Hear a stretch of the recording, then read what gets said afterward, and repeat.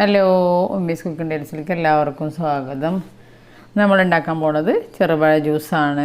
ഞങ്ങൾ വീടൊക്കെ ഒന്ന് ചേഞ്ച് ചെയ്തിട്ടുണ്ട്, അതുകൊണ്ട് വീഡിയോ ഒന്നിടാൻ പറ്റിയിട്ടില്ല. വീഡിയോ സ്കിപ്പ് ചെയ്യാതെ കാണുന്നുണ്ടും ലൈക്ക് ചെയ്യാൻ മറക്കരുത്. ഇനി നമുക്ക് വീഡിയോയിലേക്ക് പോവാം. പഴം തൊലിയൊക്കെ കളഞ്ഞിട്ട് കട്ട് ചെയ്യാം. പഴം നമുക്ക് കൂടുതൽ ജ്യൂസ് വേണമെന്നുണ്ടെങ്കിൽ പഴമൊക്കെ കൂട്ടിയെടുത്താൽ മതി. ഞാൻ ഇവിടെ ഒരു ഗ്ലാസ് ജ്യൂസ് ഉണ്ടാക്കുന്നുള്ളൂ. നല്ല ടേസ്റ്റാണ്. പിന്നെ കൂടുതൽ ചേരുവകളൊന്നുമില്ല, നമുക്ക് പെട്ടെന്ന് ഉണ്ടാക്കാം. എല്ലാവരും ട്രൈ ചെയ്ത് നോക്കുന്നുണ്ടും.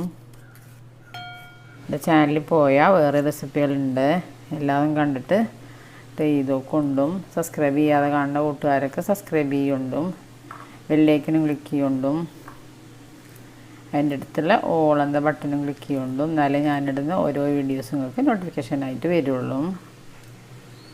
ഇത് നമ്മൾ മിക്സിയുടെ ജാറിലിട്ട് കൊടുക്കാം. ഒരു കപ്പ് പാൽ ഒഴിച്ച് കൊടുക്കുക. അത് തണുത്ത പാലാണ്. തണുപ്പില്ലാത്ത പാലങ്ങൾ ഒഴിക്കുന്നുണ്ടെങ്കിൽ ഐസ് ക്യൂബ് ഇട്ട് കൊടുത്താൽ മതി. ഇനി 2 ഏലക്കട കുരുട്ട് കൊടുക്കാം. ഇനി മധുരം നമുക്ക് ആവശ്യത്തിന് ഇട്ട് കൊടുക്കാം. നമ്മുടെ കുറച്ച് കൂടുതൽ മധുരം ഇടുന്നുണ്ട്. നമുക്ക് മിക്സിയിലടിച്ചെടുക്കാം. നമ്മൾ ജ്യൂസൊക്കെ മിക്സിയിലടിച്ചെടുത്തു.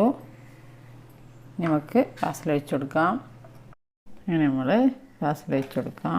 നല്ല ടേസ്റ്റാണ്, എല്ലാവരും ട്രൈ ചെയ്ത് നോക്കണം.